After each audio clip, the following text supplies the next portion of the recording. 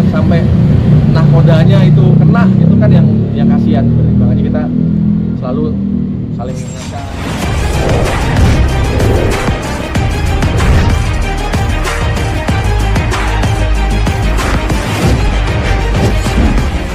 Sebagai sahabat Virgon nih yang kabarnya kurang mengenakan ya. Gimana sebagai sahabat, mungkin ada yang ingin disampaikan, doanya atau apa? Ya sebagai ya maksudnya cukup kenal juga sama ya Virgon. Doanya semoga segera selesai masalah-masalahnya, dan kalau udah urusan narkoba memang ya bisa mungkin kita jauhi lah gitu.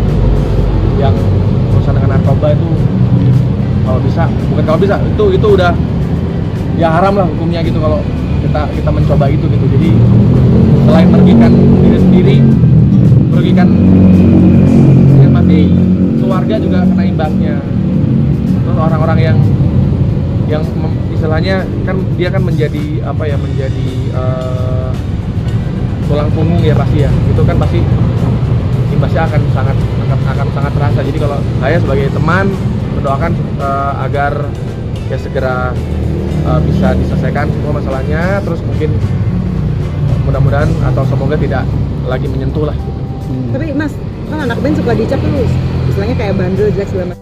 Sebenarnya kalau kita ngomongin, kita berkaca sama musisi dunia ya, contoh misalnya Paul McCartney, dia bahkan tidak dari gaya hidup aja udah sehat banget. Atau misalnya Bryan Adams misalnya, atau Bon Jovi, itu kan musisi-musisi yang kasarnya mabok aja enggak gitu loh, minum minuman keras aja enggak gitu, alkohol aja enggak. Makanya sebenarnya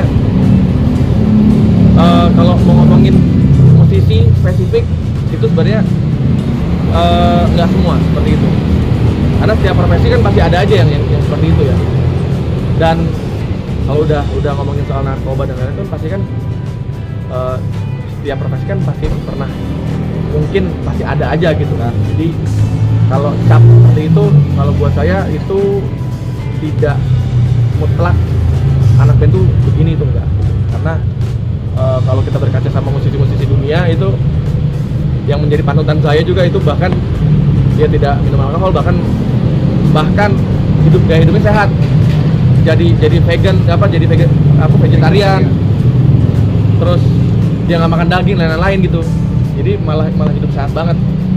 Casting juga sama tuh. Jadi sebenarnya kalau kita berkaca sama musisi dunia tuh, atau kalau di Indonesia Kang Arman Maulana deh, itu kan salah satu penyanyi yang bisa menjadi panutan kita lah gitu. Saya juga luar biasa, kayak misalnya Kang Arman tuh puasa Senin Kamis lah gitu, terus sholatnya rajin banget. Makanya saya juga kadang-kadang gak enak juga kalau ketemu Kang Arman pas hari Kamis gitu, Kang makan Kang, puasa. Nah itu baru panutan. Oke, terakhir kalau di The Massive sendiri ada sanksi nggak sih bagi personilnya kalau terkena narkoba? Oke, nah ini sebenarnya kita tuh karena kita bikin perusahaan bareng ya.